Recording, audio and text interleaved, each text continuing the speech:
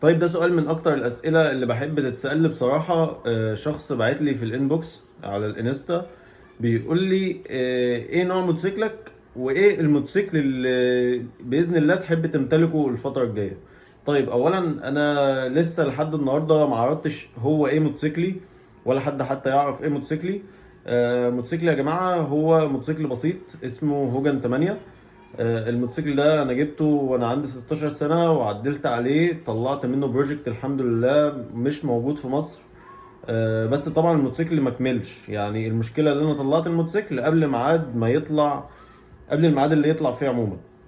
انا كنت ناوي ان انا اعمل الموتوسيكل ده فيديوهات واطلع كل حاجه فيه، ولكن للاسف السؤال اتسال لي خلاص ولازم اعرض الموتوسيكل ده. الموتوسيكل بتاعي زي ما انتم شايفين يعتبر انا الوحيد اللي عدلت التعديل ده في مصر بفضل الله. ونيجي بقى لتاني سؤال كمان، ايه الموتوسيكل اللي تحب تمتلكه الفتره الجايه باذن الله؟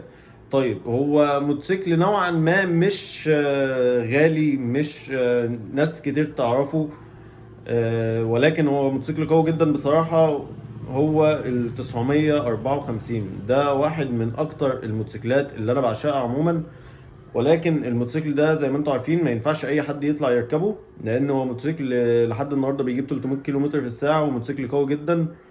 ولكن الموتوسيكل ده أنا عارف إن هو مش هتلاقي حالات نظيفة منه، بس بإذن الله يا رب ربنا يكرمني كده. وطبعا أتمنى إن انتوا تدعوا لي إن ربنا يكرمني بالموتوسيكل ده.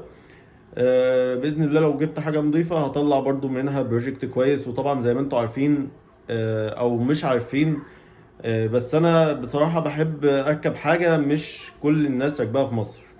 تمام. كمان اللي حابب اقوله لكم ان في موتوسيكل تاني انا اشتريته من فتره قريبه. الموتوسيكل ده لسه بصمم البروجكت بتاعه، وباذن الله برضو هطلع شغل كويس الفتره الجايه. هو برضو هوجن 8 زيه زي بتاعي بالظبط، ولكن انا من مقتنين او بحب الحاجات اللي بتبقى خردة واطلع منها موتوسيكلات. وبس كده.